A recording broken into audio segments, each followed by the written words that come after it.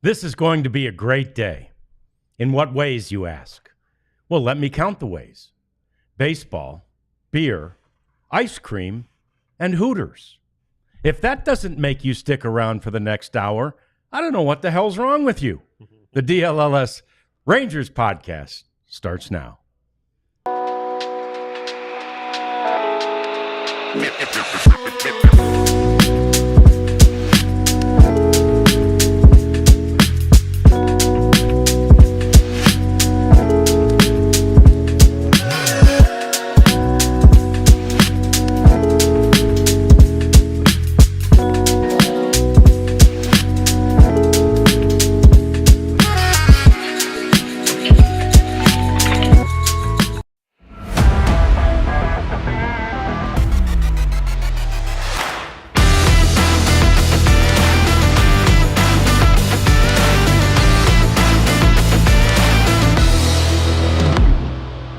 Sometimes these long road trips are nothing but good for a team, and we'll hope that's the case for the Rangers. It's their first three-city trip of the season, and it starts tonight in Tampa. They were there yesterday, too, but first game of the road trip is tonight in Tampa. Hi there. Welcome into the DLLS Sports Studios. It's the DLLS Rangers podcast. John Radigan, Jeff Wilson, the extremely busy Prophet over there, but we got things rolling here as he's gotten everything done in record time, and it's a very, very big day around here. And I don't know if you guys noticed it, but walking across the street from the parking garage today, I saw a sign that just made me smile, and it put a spring in my step.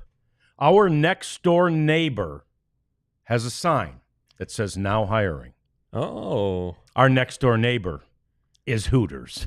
So I'm just saying this is a big – they're hiring. Fellas need not apply. No. Yeah. Well, I don't know. I mean, I don't know if you're allowed to do that. But I will say this. They probably wouldn't get the job. And secondly, I guess they had a fire before we moved in here. Yeah, it's been about a year. And here they go. They're almost open again. So at this stage, to be honest – I'd be more excited about the beer and the wings than the Hooters. But that's, but if they come with the dinner, what the heck? Yeah, and apparently this is like one of the best Hooters, most successful Hooters around. Oh, is that right? And, with Hooters and having some financial difficulties for them to go ahead and finish the renovations and open this bad boy up, they're going to get a lot of business from us. I know that. Yeah, there's no doubt. There's no doubt, especially on those nights like Thursday when we will be, here late with you. It won't be open yet because they haven't hired anybody yet, but we'll be ready. And, we talk about beer later because we've got that as an advertiser, and we talk about desserts later because we've got that as an advertiser too. But in the meantime, we talk baseball. And one of the things I said, Jeff, in writing the descriptions of the show, the Rangers are on the road to recovery. And let's just – you see what I did there? I did. Yeah. Let's just hope that's true, right? It appeared to be true at the end of the homestand. Let's hope, again, from an offensive perspective, this team is recovering. Yeah, and part of the recovery needs to be playing better on the road. They're 9-18, and if you are any good at math, that's a .333 winning percentage, and that's not good. No. So they have 9 games to get it straightened out. They're playing the Rays, who – are kind of like the Rays. They're just kind of middling around. Not a bad team, not a great team. And then you have a trip to Washington, who the Nationals have good young talent, but they're not quite there yet. Yeah, it's a bad team. And then they go on to the Twins, who played really well in May. So this is a chance. This is the Rangers are going to Evan Carter back. Kamar Rocker is going to pitch tomorrow instead of Nathan Eovaldi. You expect that Chris Martin's going to be back here pretty soon after he threw live batting practice Sunday morning at the ballpark. So things are trending upwards. Again, 19 runs in their last 2 wins. Some perhaps realization that, hey, it's okay to hit a sacrifice fly. It's okay to put down a bunt. It's okay to put the ball in play because sometimes the other team is going to screw it up. So they're just I just think that the Sunday win. And I said I was going to write this yesterday, and I'm working on it. Is a get off my back embodiment of what the Rangers can do and need to do and I think that's what Brett Boone wants the team to do. So anyway, we'll see what happens. It's supposed to be a little bit wet in Tampa. Hopefully the rain clears out before game time. Tomorrow might be dodging some rain bullets. Remember, this game will be played at a minor league field, Legends Field, or George Steinbrenner Field and Legends Stadium. I don't know what the hell they're calling it, but not the Trop, where, as bad as the Trop was in some people's minds, at least you knew you were playing every day.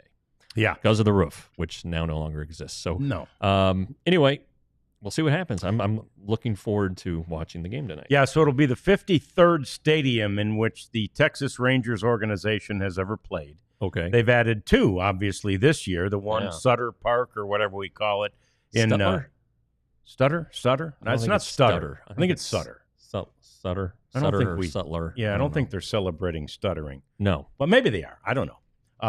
Or maybe they're curing it. In any event, you got that one, the one in Sacramento, and you got this one in Tampa proper, as opposed to Tampa St. Pete area, which of course the Trop's in St. Pete. So they only went to 3 brand new stadiums in the last 10 years, right? In the previous 10, there were only 3 new stadiums visited by this organization. This year, there's already been 2. Of course, there was a lot of that going on in the 90s and so forth when there were all those new stadiums being built. But now everybody's pretty happy with their stadium. And I guess one of the 3 in the previous 10 would have been Globe Life Field. Yeah, it would have been there in 2020, opening day, which that year was in late June, as I recall. Maybe it was July. Shit, I think it was July. I think it got into July. July 20th. Any event.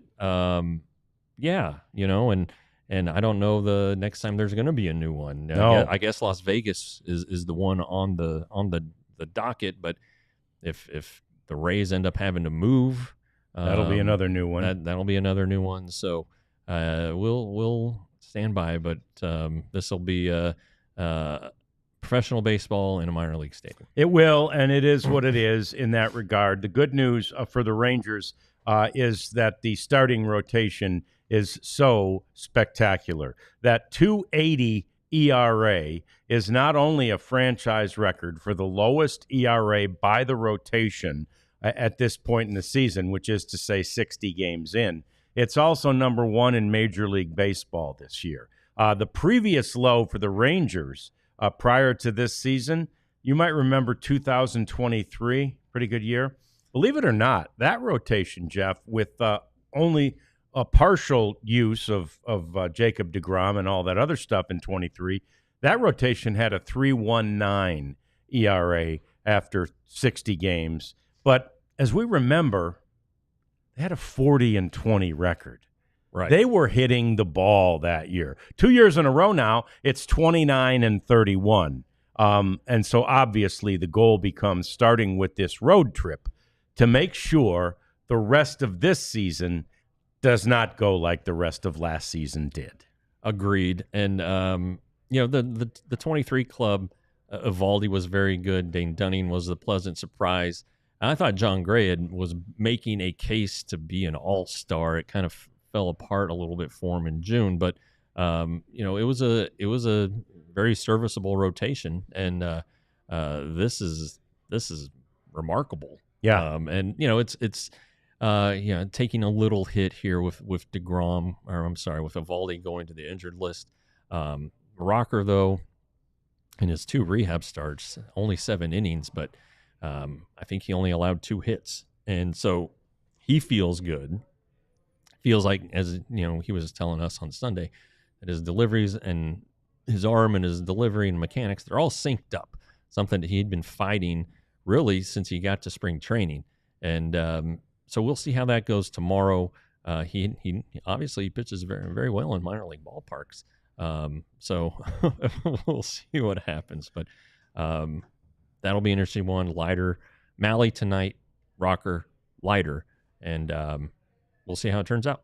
Yeah, we'll look forward to it. And the Rangers rotation has allowed 2 runs or less in 6 straight games. That is the record or second best in their franchise history. But more importantly, the rotation has allowed 3 or less in 22 straight games. That's Jeff. Unbelievable. I'm 22 straight.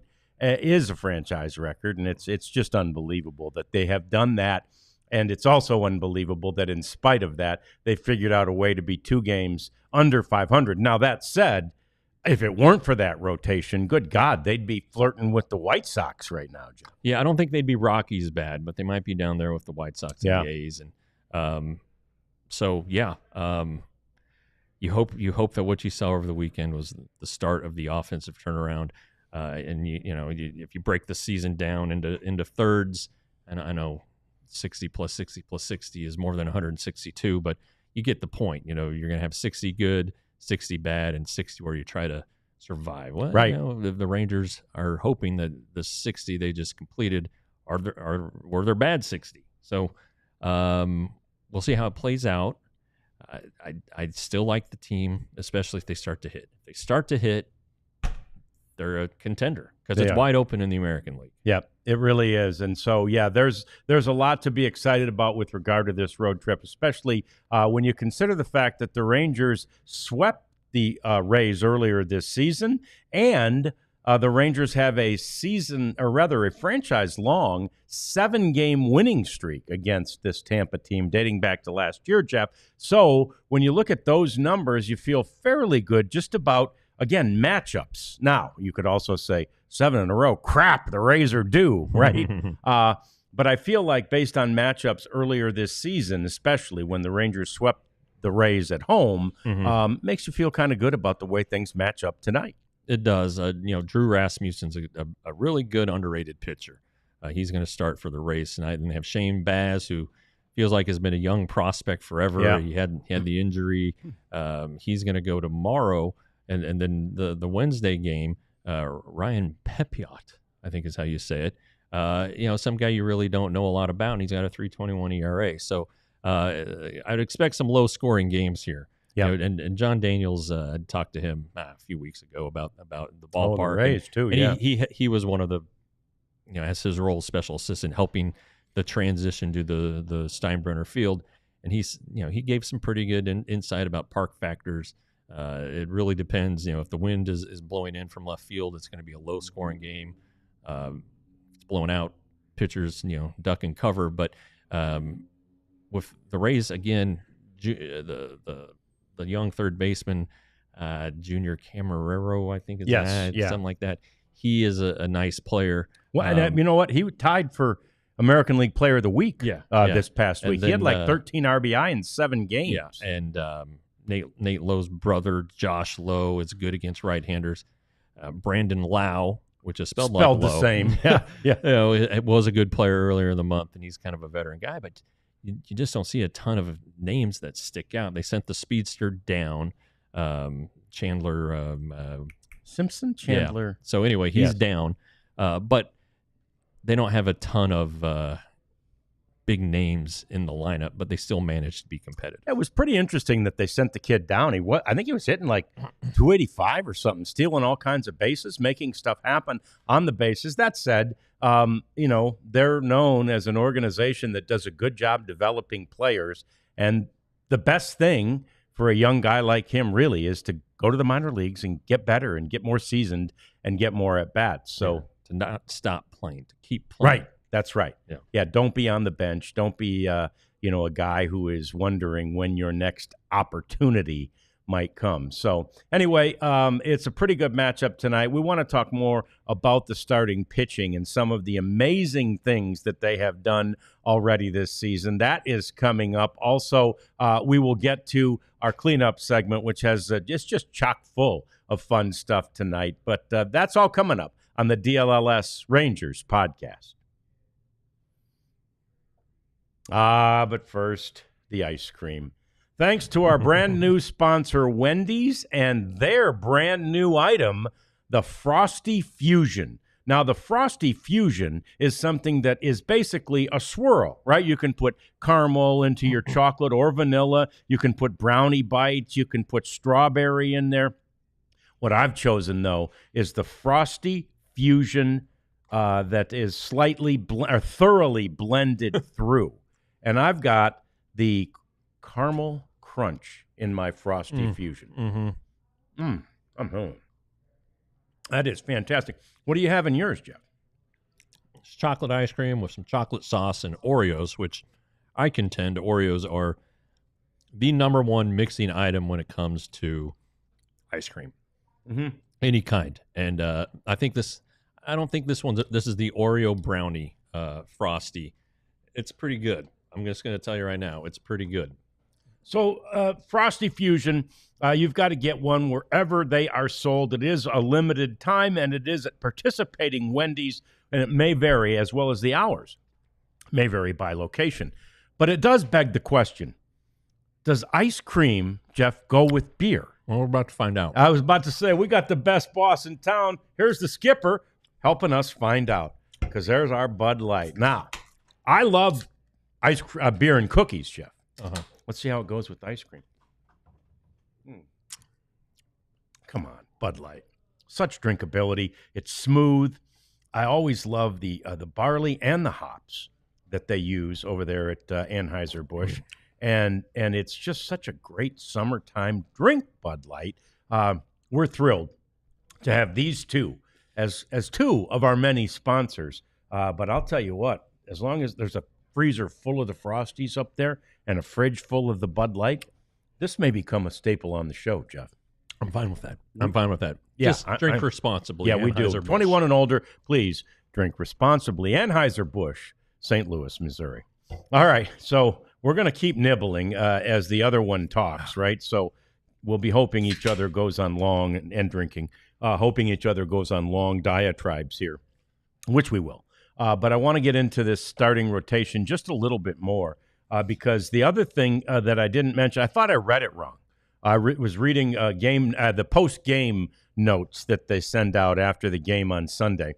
And I was just glancing through there, and they said that the Rangers starting rotation has allowed 3 runs or less. We mentioned the 22 in a row.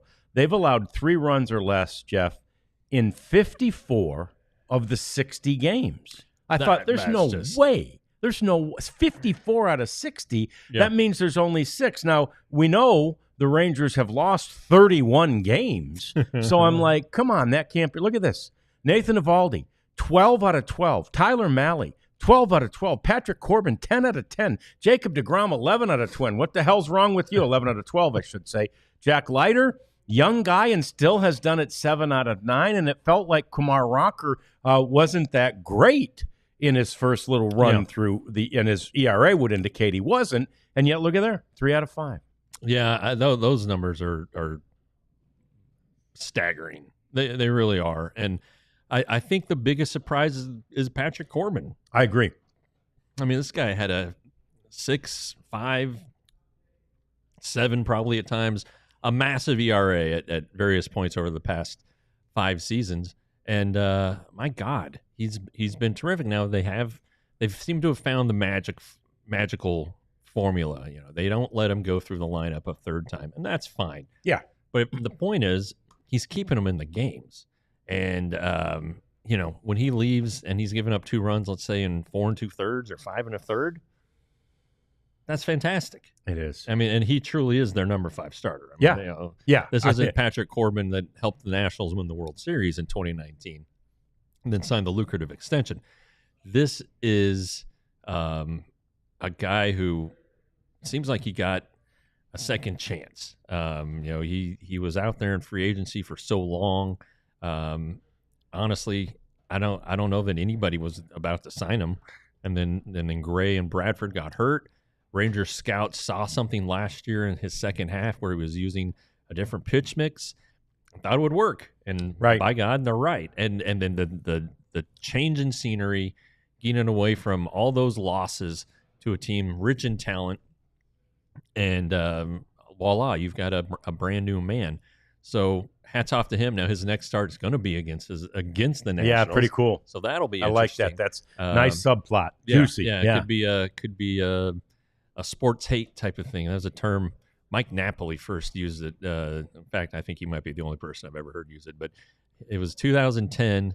He'd been acquired by the Rangers after he had been traded to the Blue Jays, and spring training, we're talking to him. Hey, you're facing the Angels. Does that have any?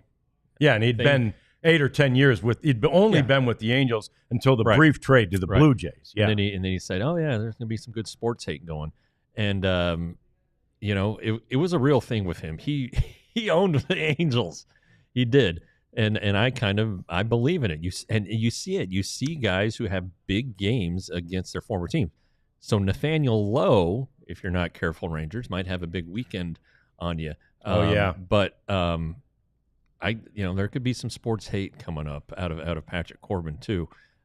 So we'll see how that turns out. But again, gosh, never seen pitching like this. No, never have. And in fact, so of course you'd go, the cynic among us would go, well, yeah, I mean, so starting rotation's been great, but they've lost 31 games. So obviously, friggin' bullpen, I mean, they've blown it open. No. If you look at the overall, not just the rotation, the pitching staff, excuse me, ERA, 3.10. Best in the American League. 3.10. It's best in the American League. It's third best in all of baseball. Only the Mets and the Giants have better team ERAs. So, it all points back to the same thing. And God knows we've talked about it a million times. And we'll probably get into it a little bit more here later in the show. But it points back to the problem, which is the offense. But the bullpen, which was cobbled together and questioned in so many ways, Jeff, and now has gone through its share of maybe fatigue and for sure injury, still doing fine. Yeah, I was on a radio show with ESPN in Waco, my friend Ward White's, and he asked about the bullpen, and they're kind of hanging on right now. Just kind of agreed. Just kind of trying to survive, and Chris Martin coming back is going to be a big deal. And then you kind of look ahead, and Josh Spore's coming back should help. John Gray potentially coming back as a reliever would be massive for this team. And then the trade deadline comes along, and I don't know. There's going to be thousands of relievers available. Some of them aren't going to be the big names, the closers or whatever for these teams that have fallen out of contention. There's going to be some big names, setup guys who are just going to come in there and be good.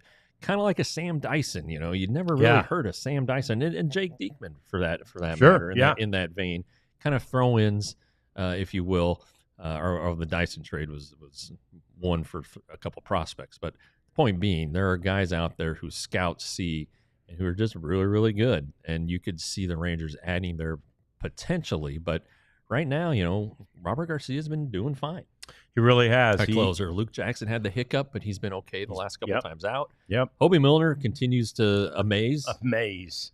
And, Armstrong has gotten better. I know he had that rough one on the last homestand, but Sean Armstrong has been pretty steady. Yeah, for most of the year, he's been pretty steady. Yeah. The one up and down guy's been Webb, I think. Right, right. And, so we'll see what happens there. The Rangers aren't in any position to be shedding guys. No. And then somebody asked in the chat about Cody Hewer, who has Hoyer. Is it Hoyer? Yeah, PR sent out a thing. It's Hoyer. All right, well, and Mike Maddox was pronouncing it incorrect. Oh wow, okay, no, PR says it's Hoyer. Okay, well, whatever his name is, and it is Cody with an I.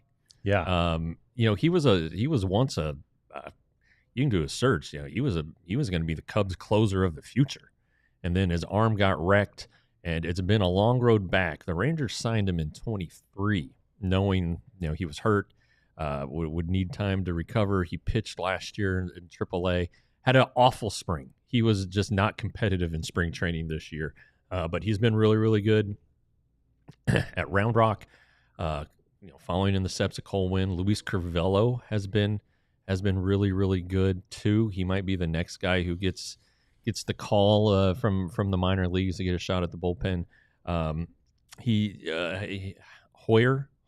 Yeah, I know. I've been struggling with it too. The arm angle's a little different. He's got really long arms, so he's going to have good reach, and that'll help make his fastball play a little bit better. We'll see. I don't know that he's going to be thrust into the 8th inning with a lead, but the Rangers need an arm, and he was the next man up.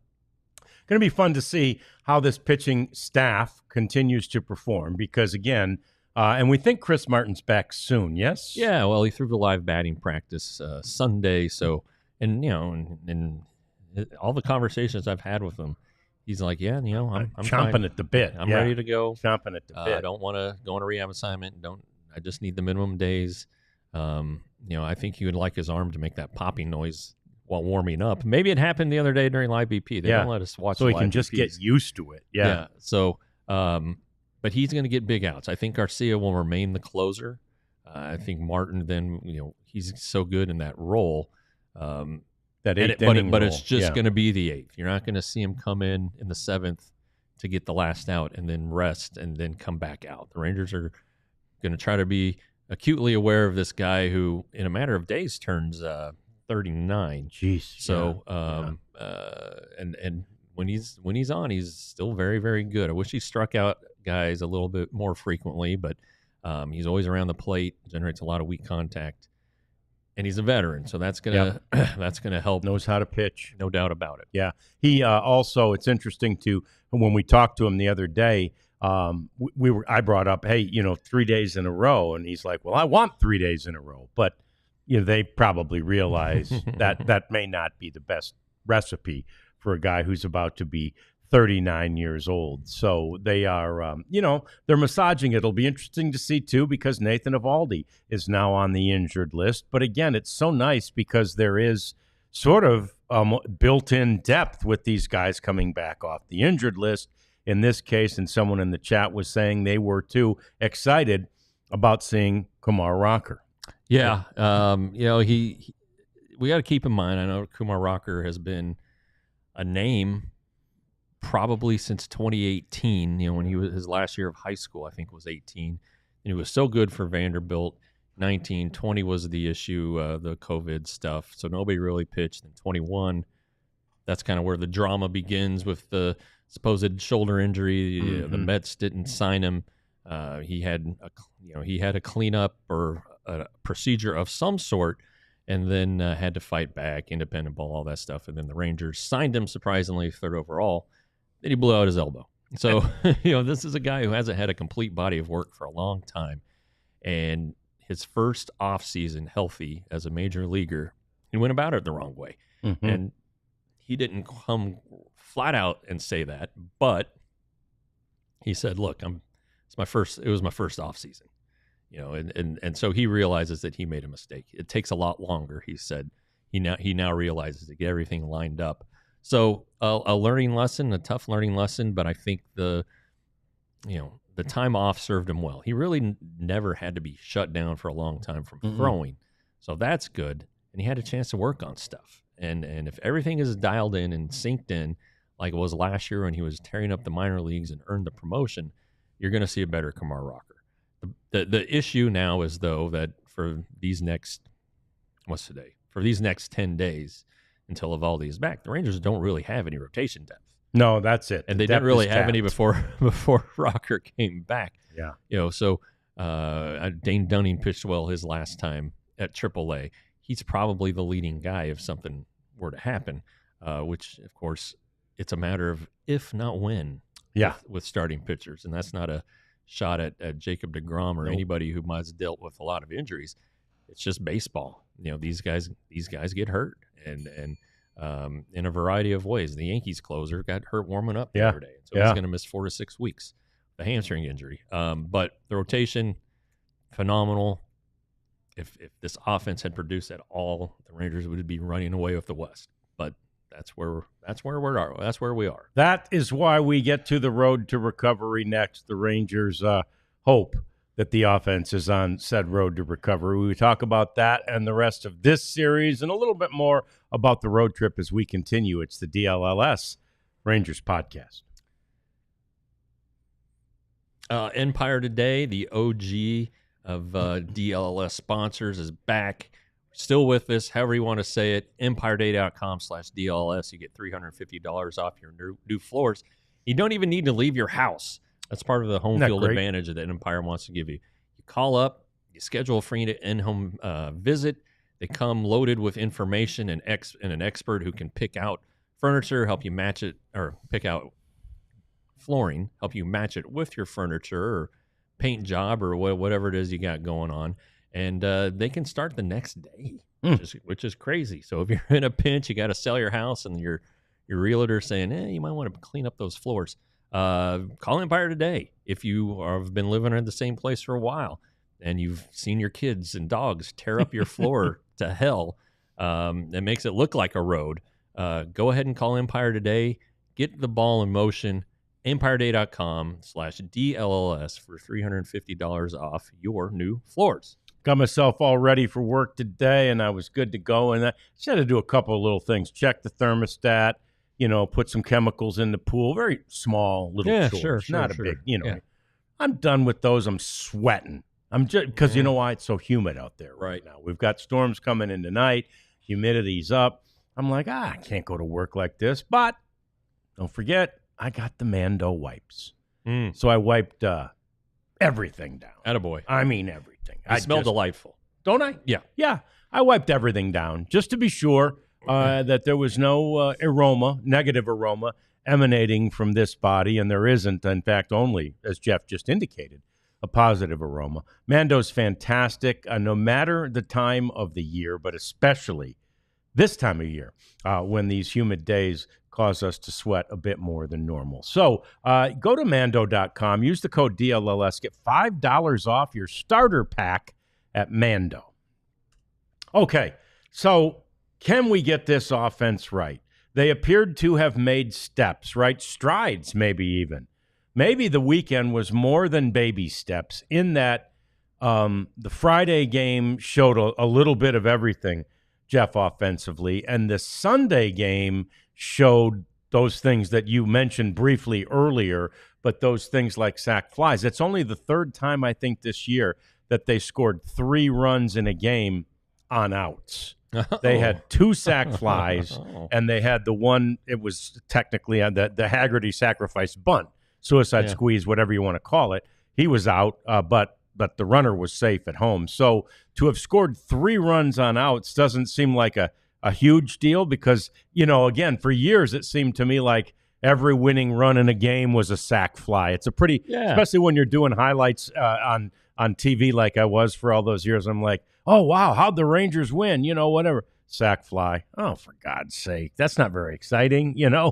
But anyway, they got 3 sacrifices, one being a bunt, 2 being traditional sack flies the other night. Look, Michael Young won the 2008 All-Star game for the American League with a sacrifice fly in extra innings. I mean, it used to be commonplace. It used to be like I always thought when David Murphy came up with a runner at third and less than 2 outs that he was coming home. I just knew that the guy was going to score on a sacrifice fly. And then you kind of transitioned to Joey Gallo, who went 4 seasons without a sacrifice fly. Just crazy things like that. And I talked to Brett Boone after the game Sunday because I was thinking, very good timing, by the way, to catch him in the hallway. But he was talking about sacrifice flies are such a big deal, and that they do so much for a team. And he said, I love that execution. That's what builds. And you can manufacture runs like that. That's how you get through the lean times because you're not going to hit all the time. When you're going through those lean ones, if you execute, that's how you win games. You watch, and then he was like, you watch St. Louis in game 2. That first, it was either the first or the second run they scored. It was a heads-up base running move. Yeah. Ball in the dirt. Wilson Contreras went to second.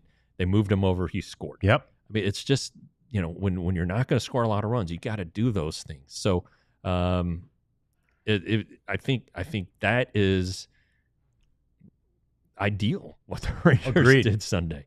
Putting the ball play, the long ball was there. I mean, it finished off the scoring. It was in the 8th inning when the game was pretty much decided, but still nice to see. And you can tell that the Rangers.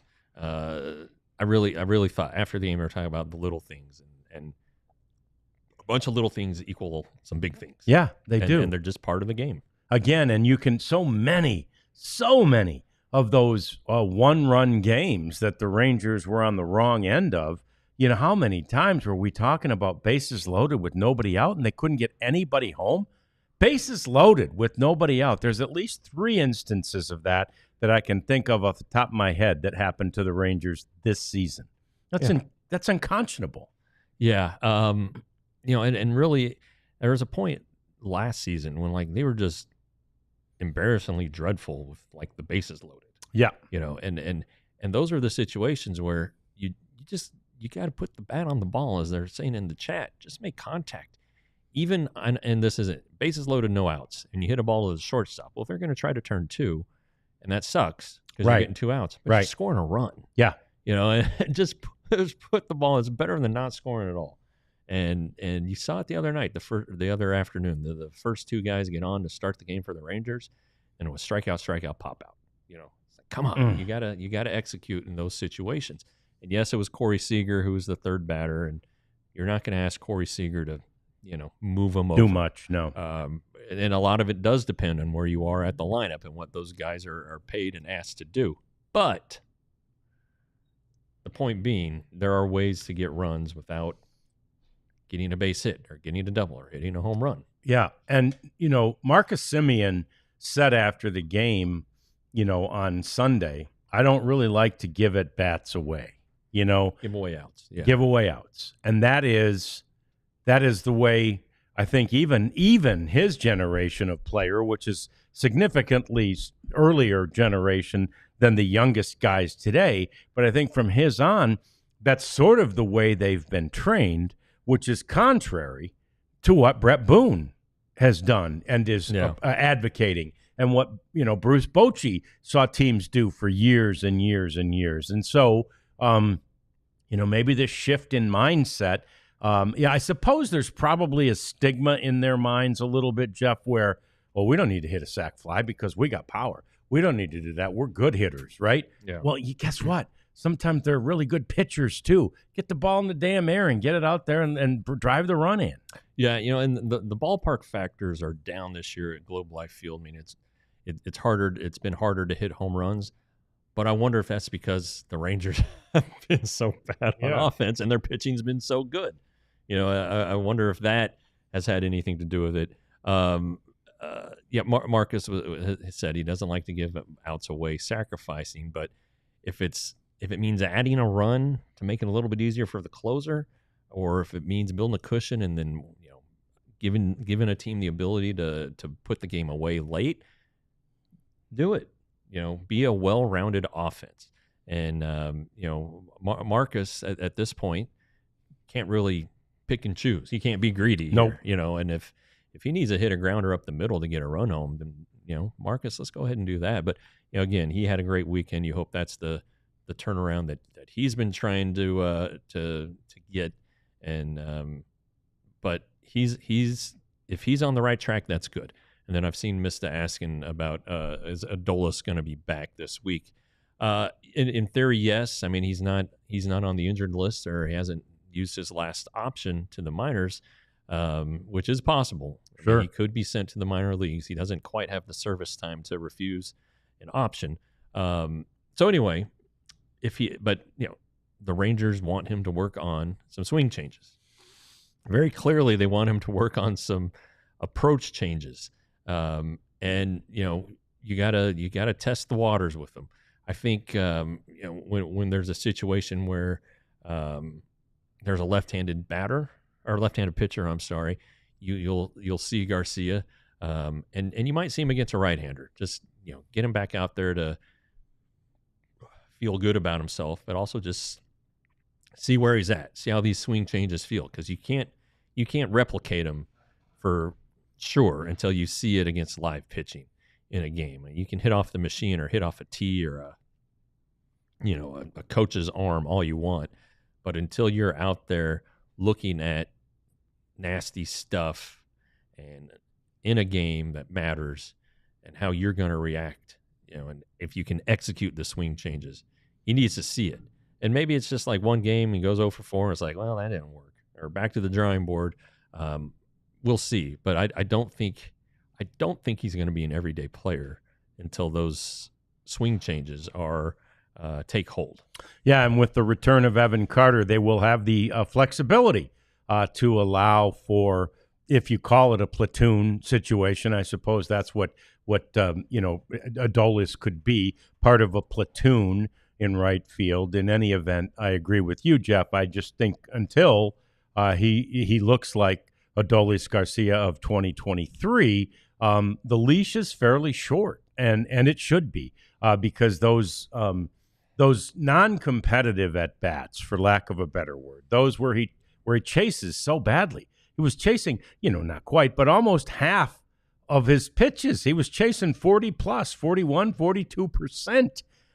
When you're chasing that many, those at bats become somewhat non-competitive, and they become demoralizing for a team. Yeah, and my point, I think I mentioned this recently. He should know by now how they're trying to get him out. Yes, it's been the same recipe since 2021, and he just can't help himself. He's hitting 155 in his last 20 games. He did, have the big hit against the White Sox to avoid the embarrassment of being swept by them, but it just hasn't been good, and it needs to be better. Mista is asking who then would be in right field if it's not Garcia. Well, Evan Carter is going to be back. Yep. In center field. That pushes old Wyatt Langford over to left. And then I think you have your choice between Haggerty and Osuna. Yeah. And against a lefty, it'll be different because if you, in theory, have Adolis back in right field and have Carter and Osuna on the bench, and that gives Haggerty the chance to either play center or left. They have options, and right now their outfield options appear to be, well, they don't appear to be. They're better than Adolis Garcia, at least offensively. I don't want to take away from Adolis' defense because he's been very, very good defensively.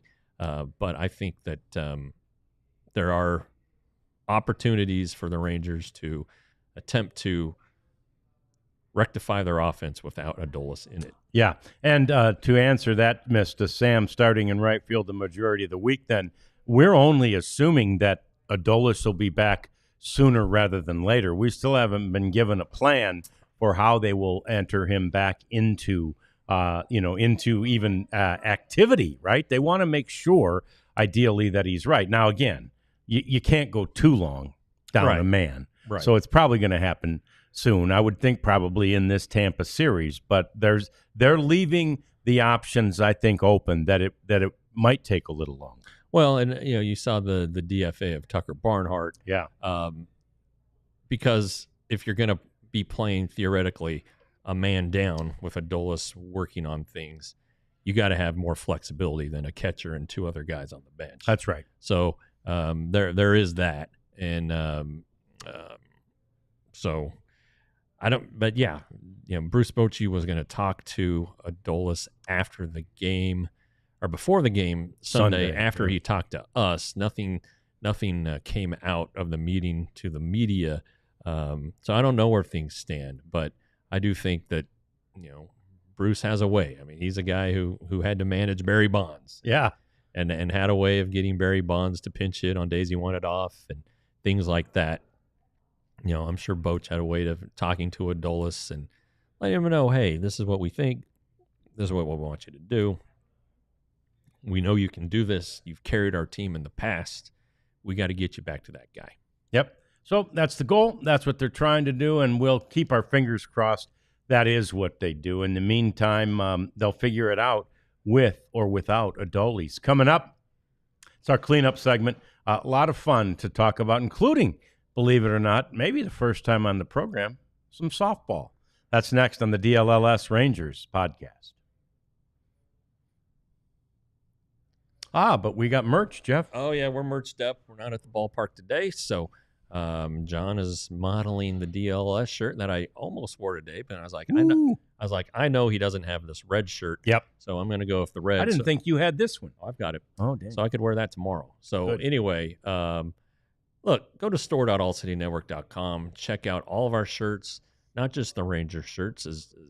If you get some ice cream on your shirt like John's about to, you need another one. You need another one right there. So again, I have 15 shirts, 2 sweatshirts. We will be adding another Ranger shirt once it's made available. Yep. And again, when the hats come out, I'm going to go crazy. So it's quality stuff. We we wouldn't be wearing these if they were itchy and scratchy. Mm-mm. You know, I've done just about every activity in these shirts that you can imagine. So again, go to store.allcitynetwork.com. Get a shirt. Merch. Yeah. Or go ahead and go to All City Network /join and or all DLLS. Is it all DLLS /join? DLLS.com/join. Yeah. Or use the QR code. Yeah. Get yourself a free shirt by becoming a diehard. I really think that you will appreciate this diehard membership because we're just we have better writers with veteran experience than anybody else that's out there with a sort of a cadre of writers, and there's not that many anyway. Obviously, the Athletics out there, but they don't even cover the Rangers, for example, right?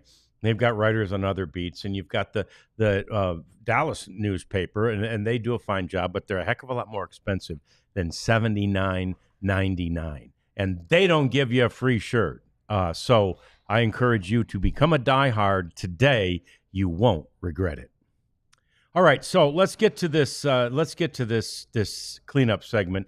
First of all, did you see the Tigers circus catch last night? I did not see it. Okay, you got to look this one up because the Rangers had one earlier this season, one of those, and it was against them, if I'm not mistaken. Somebody in right field pops out of his glove, and there's a center fielder right there to catch it. What game was that? Do you remember that one? I don't remember that. Anyway, in the Tiger game yesterday, the catcher, who is Dylan Dingler, was charging over for a foul pop-up right in front of the third base dugout, and he gets his glove out there in time, and the ball just hits it and bounces off. And Zach McKinstry, the third baseman, is coming over to help with this if he can. Yeah. And I'll be danged if the ball pops off the glove of Dingler, hits McKinstry in the lower leg, and he puts his glove down and catches it. And it's like, hey, look what I found. I promise you, he wasn't looking at the ball. He had no idea it was there, but he had a good reaction. Got his glove down, caught the ball. Yeah, there's two plays I can think of like that. There was the Pete Rose Bob Boone play. It might have been against, I don't recall. It might have been during their 80 playoff run. And then Tom Brookins, Tigers. Tom Brookins, Mike Heath had a similar play that is part of the blooper reel in Naked Gun. Oh, no kidding. Yeah, including they have some real ones, and then they have the guy's head popping off when he tries to catch the ball, and the Tiger attacking the base runner at second, car hitting the Those are a little more extreme. A little more extreme. Naked Gun. That's a funny movie. So that was really cool. I loved seeing that. How about the L.A. Angels of Anaheim last night in Fenway Park, Jeff? Fenway Park's been there since 1912, and no visiting team has ever done what the Angels did in the top of the first inning. Very, very surprising. I was shocked by, especially at that ballpark. Yeah. No visiting team has ever hit 3 home runs in the first inning, and the Deadgum Angels did that last night, including a 454-foot bomb by Mike Trout. Yeah, Mike Trout has been sizzling hot since he came off the IL, and he said last night to reporters that he used his time recovering from his knee injury to reset his swing. Well, guess what? Bruce Bochy the other day said, while Jock's on the IL, it's going to give him a chance to reset his swing. Kumar Rocker used the IL time to reset his body and get everything in tune. You hope that all players take advantage of the time. You don't just have to recover from being injured. You get to work on things. Sure, yeah. And if Mike Trout's going for the Angels, that's great. He is a shoo-in Hall of Famer. Oh yeah, no He's question. a shoo-in first ballot Hall of Famer. But we were talking Mike Trout, let's say after 2014, even a little later, 2019, being one of the best players ever. A top 10. He's really, really good. And if he's back, it's great for baseball. I don't care if he's in the Rangers division or not. A great Mike Trout is a great thing. Yeah, there is no doubt about that. And Wash said it way back at the winter meetings that, if Mike Trout is healthy, which at the time Wash thought he was, he may not have been fully. but now he appears to be. He said he's still one of the top, 25 players in the game or something along those lines. 100%. And he definitely is, maybe even higher than that on the list. Mike Trout. And you know what? We're always happy for Wash when his team's not beating the Rangers, and they're putting them again. Nobody in the American League West is putting any distance between anybody, really.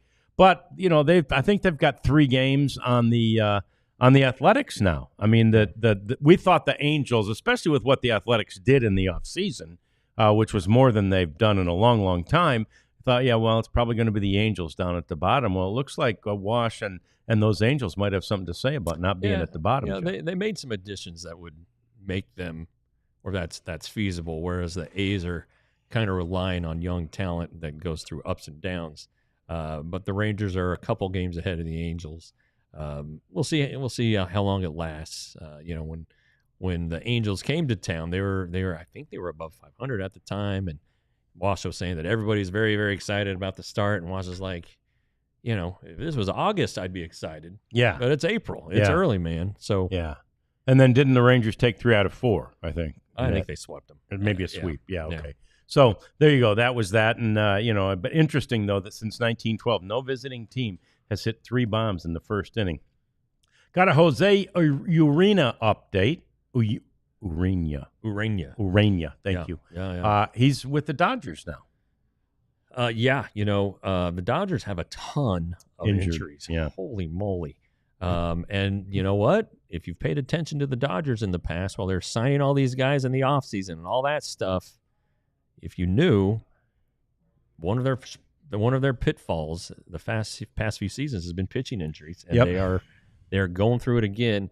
Urena was so valuable to the Rangers. He was. I was really disappointed they didn't re-sign him, give him an opportunity to do something with this club.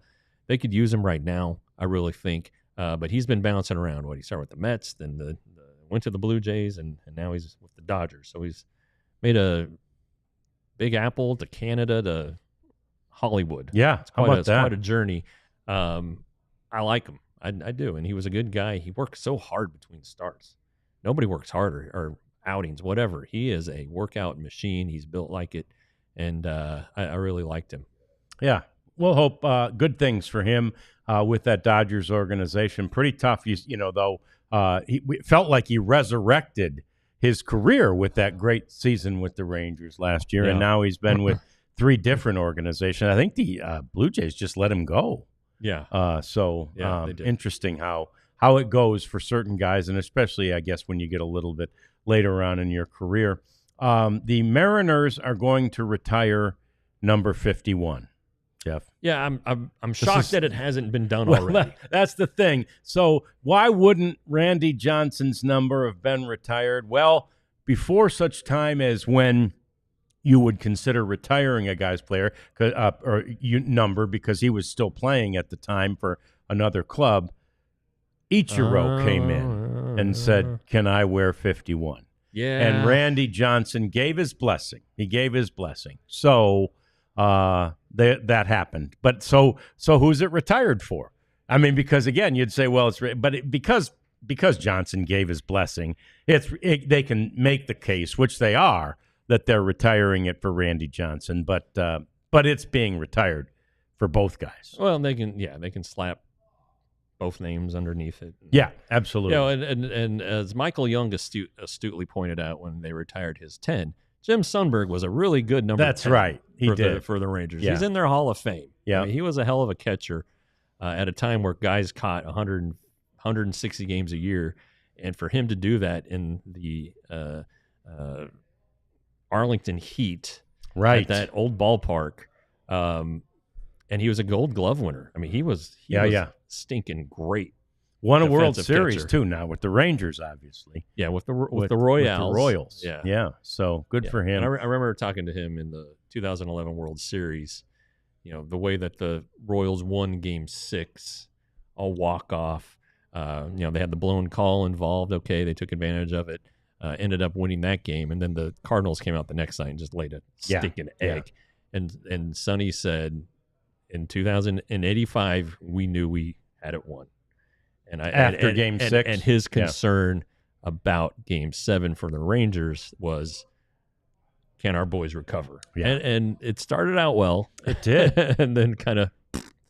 Yeah, it seemed like they had recovered well. I remember Mark McLemore telling me after Game 6, there's no way they're winning tomorrow.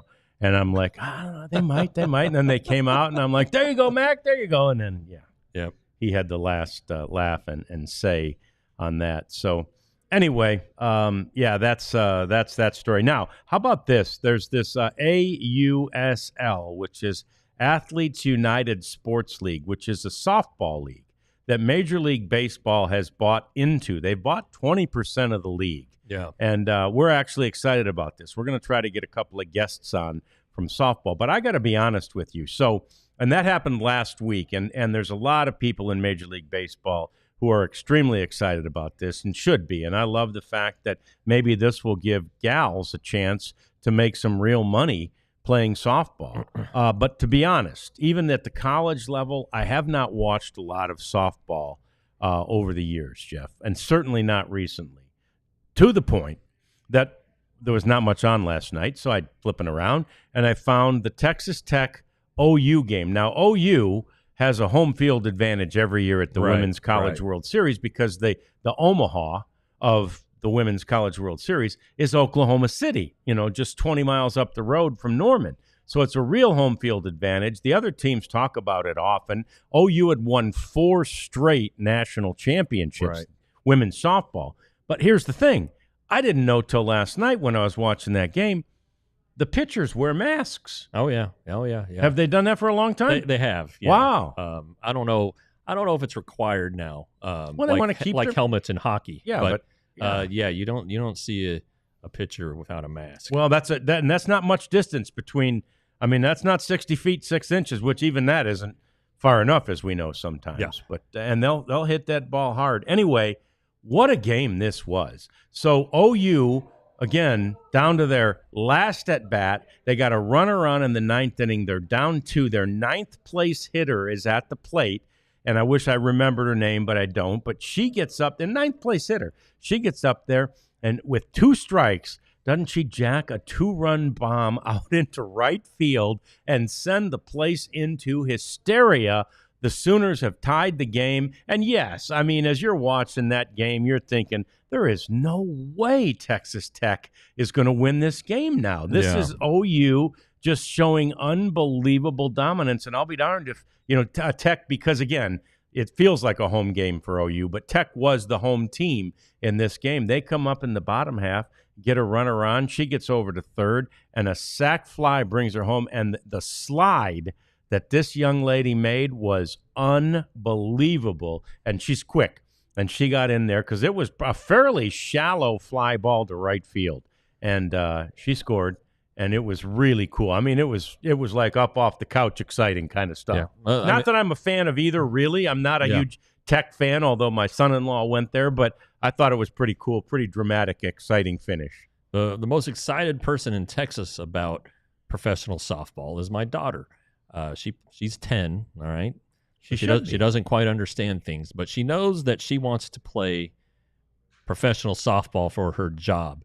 And so I sent the press release to her, or to my wife, who then showed it to her last week. And Molly is now convinced that she's going to have a tough decision, either OU or going pro. Okay. Right out of high school. Good. So she is fired up. I hope so. I hope that happens exactly as she sees it. And, so it's Texas Tech and Texas, Jeff, in Oklahoma City for the national championship in women's softball. And again, never to take anything away from the great program at Texas, but the Texas Tech team did beat them earlier this season when they played. So let's just see what happens in the World Series here. Yeah, I think it's best of 3. So there'll be some good softball being played. Yeah, I think there will be. So anyway, that's exciting. And we will, as we say, we're going to try to get you more information and maybe even a guest or two on with regard to this AUSL. There's one thing we know if that happens. Molly will be by the channel. She will be. Yeah. And I say we get Kat Osterman. Let's do it. Yeah. Kat's great. Texas. Yep, Texas gal, great talker, and she really was, in many ways, she was one of the pioneers of the women's game making any of the big strides that it has. So Yeah. Good. We'll work on Kat Osterman. We appreciate you hanging out with us today.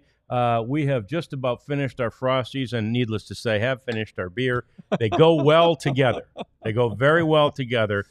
So what a day it's been. Thanks for joining us. See you again tomorrow at 1 o'clock for another edition of the DLLS Rangers podcast. We all silly like the mayor.